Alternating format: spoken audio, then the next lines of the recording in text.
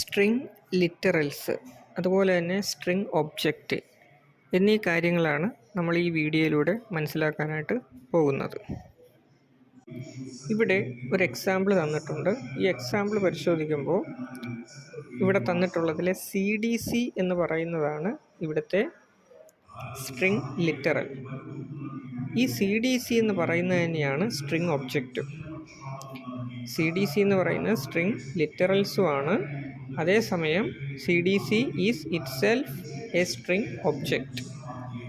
ഈ സ്ട്രിംഗ് ഒബ്ജക്റ്റിനെ അസൈൻ ചെയ്ത് കൊടുത്തിരിക്കുന്നത് str എന്ന സ്ട്രിംഗ് വേരിയബിളിൻ്റെ അകത്തേക്കാണ്.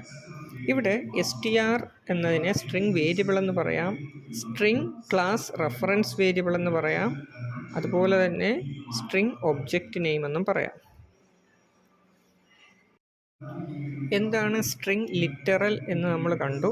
ഇനി അതേ എക്സാമ്പിൾ തന്നെ നമ്മൾ ഒന്നുകൂടെ പരിശോധിക്കുകയാണ്. String str equal to double കോട്ട്സിനുള്ളിൽ CDC എന്ന് കൊടുത്തു, സെമിക്കോളൻ എന്ന് കൊടുത്തു.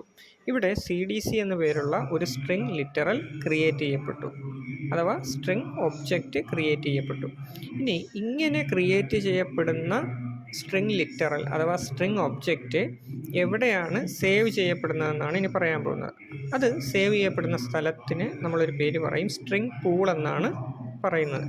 അപ്പോൾ ജാവ സ്ട്രിംഗ് ലിറ്ററൽസിനെ സൂക്ഷിച്ചു വയ്ക്കുന്ന, സേവ് ചെയ്യുന്ന ഒരു സ്ഥലമാണ് സ്ട്രിംഗ് പൂൾ എന്ന് പറയുന്നത്. അത് ഒരു മെമ്മറി ഏരിയയാണ്.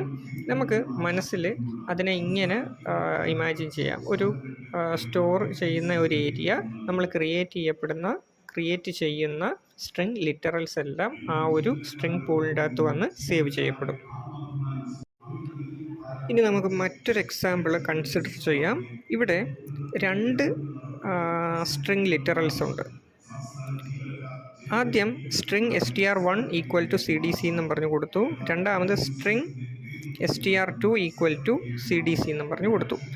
രണ്ട് ക്ലാസ് റെഫറൻസ് വേരിയബിളിൻ്റെ അകത്തേക്കും അഥവാ രണ്ട് സ്ട്രിംഗ് വേരിയബിളിനകത്തേക്കും അഥവാ രണ്ട് ഒബ്ജക്റ്റ് നെയിമിൻ്റെ അകത്തേക്കും അസൈൻ ചെയ്ത് കൊടുത്തിരിക്കുന്നത് സെയിം ലിറ്ററലാണ്, അഥവാ സെയിം സ്ട്രിംഗ് ഒബ്ജക്റ്റാണ്. അതുകൊണ്ട് തന്നെ ജാവ രണ്ടാമതൊരു സ്ട്രിംഗ് ലിറ്ററൽസും കൂടെ ക്രിയേറ്റ് ചെയ്യില്ല. പകരം ഓൾറെഡി ഉള്ള സ്ട്രിംഗ് ലിറ്ററലിലേക്കുള്ള റെഫറൻസാണ് കൊടുക്കുന്നത്. ഇതുവഴി മെമ്മറി സേവ് ചെയ്യാനായിട്ട് സാധിക്കും. ഇതൊരു ഒപ്റ്റിമൈസേഷനാണ്. ഇതൊരു ഒപ്റ്റിമൈസേഷനാണ്.